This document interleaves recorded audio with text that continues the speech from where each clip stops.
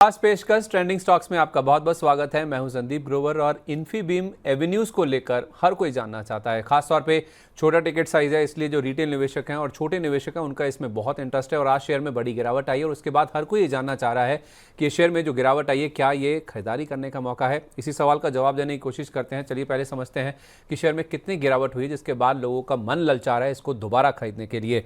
Share में आज हमने देखा 10% तक का डाउनफॉल देखने को मिला है, गिरावट देखने को मिली है।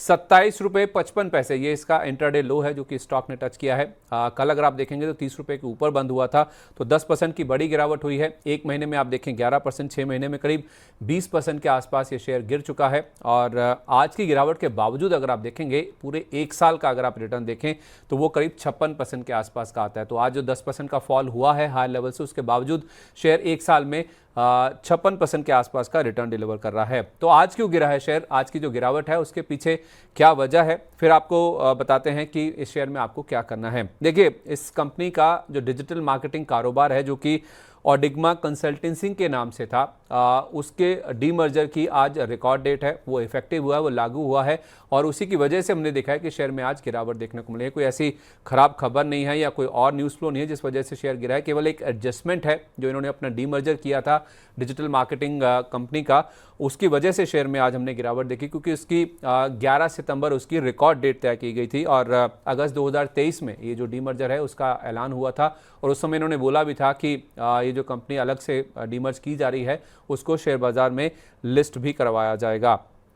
इनफैक्ट आज यानी कि 11 सितंबर को ये भी डिसाइड होगा कि शेयर होल्डर्स को कौन ऐसे शेयर होल्डर्स हैं जो कि एलिजिबल होंगे शेयर्स पाने के लिए। क्योंकि इसका जो अगर आप डीमर्जर का रेशो देखेंगे उसके हिसाब से शेयर होल्डर्स हैं जो इन्फीबीम एवेन्यूज़ के, उनको ऑडिग्मा कंसल्टेंसी के शेयर भी मिलेंगे।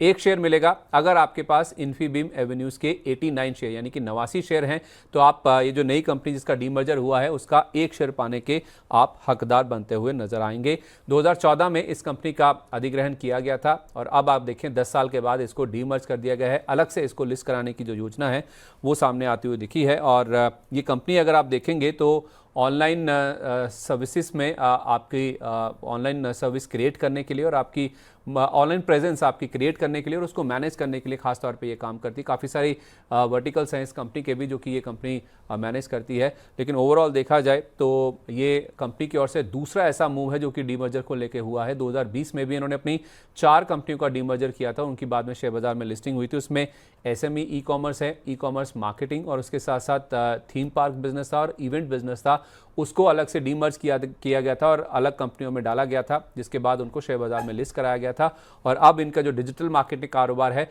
उसका भी डीमर्जर हुआ है, उसकी आज रिकॉर्ड डेट है, जिस वजह से शेयर में आज हमने गिरावट आती हुई दिखी है। पहले ये समझते हैं कि इस डीमर्जर को लेकर ब्रोकिंग हाउसेस का क्या मानना है, फिर आपको बताते हैं कि शेयर में क्या करना है। देखिए, केआर चोकसी की पिछले महीने ही एक रिपोर्ट आई थी जिसमें उनका ये कहना था कि इस कंपनी का इस कंपनी पर उन्होंने जो अपनी खरीदारी की राय है वो दी थी। और उनका कहना था कि कंपनी का जो एक्सपेंशन प्लान है जो कि कंपनी ने चॉकआउट किया है वो पूरा होने का उनको भरोसा है। ये इसलिए क्योंकि एक तो इन्होंने जो जोग्राफिकल डाइवर्सिफिकेशन किया है, ऊंची टीपीवी ग्रोथ और हाल में जो इन्होंने अधिग्रहण किए हैं उसके चलते उनको ये भरोसा है कि इनका जो एक्सपेंशन प्लान है वो पूरा होता हुआ दिखेगा। तो हाल में इन्होंने जो अधिग्रहण किए हैं, इंटरनेशनल विस्तार किया है और उसके साथ साथ जो नए प्रोडक्ट्स ऑफर किए हैं इस कंपनी ने, उस वजह से इस कंपनी की जो ग्रोथ है उसमें अच्छी खासी बढ़ोतरी देखने को मिल सकती है, ऐसा केआर चोकसी का मानना है। दौलत कैपिटल की भी एक रिपोर्ट आई है, उनका भी मानना है कि ये जो स्टेप लिया गया है कंपनी की ओर से काफ़ी पॉजिटिव है। इनफैक्ट उन्होंने FY25 यानी कि मौजूदा वित्त वर्ष के लिए जो अर्निंग्स फोरकास्ट है उसमें 12.5% की बढ़ोतरी की है और अगले वित्त वर्ष के लिए यानी कि FY26 के लिए भी मुनाफे की ग्रोथ का जो अनुमान है उसे 5% से ऊपर की ओर रिवाइज किया है। उनका ये मानना है कि ऑनलाइन क्रेडिट कार्ड स्पेंड जितने बढ़ेंगे उससे इस कंपनी को फायदा होता हुआ दिखेगा और उसके साथ साथ इंडियन बैंक्स जिस तरह से टैक्स स्पेंडिंग बढ़ाएंगे उसका भी फायदा इस कंपनी में आता हुआ दिखेगा। क्योंकि ये कंपनी अगर आप देखें तो एक फिनटेक फर्म है, तो जिस तरह से क्रेडिट कार्ड की स्पेंडिंग बढ़ेगी और टैक्स स्पेंडिंग बढ़ेगी इंडियन बैंक्स की ओर से, उसका फायदा इस कंपनी में साफ तौर पे देखने को मिल सकता है। पर क्या ये जो गिरावट है आज की, ये खरीदारी करने का मौका है? इस पर हमने रेलिगर ब्रोकिंग के senior VP research Ravi Singh ji से बातचीत करी तो उनका ये कहना था कि जल्दबाजी मत कीजिए, फिलहाल ये जो गिरावट हुई है उसमें आप खरीदारी करने की कोशिश ना करें, थोड़ा और गिरने दीजिए। नीचे के लेवल्स पर अगर आपको स्टॉक मिलता है तो आप इसमें खरीदारी करने की सोचें। जिनके पास ये शेयर हैं, यानी कि जो मौजूदा इन्वेस्टर हैं, जो एग्जिस्टिंग इन्वेस्टर्स हैं, उनके लिए 25 रुपये का लेवल स्टॉप लॉस होगा।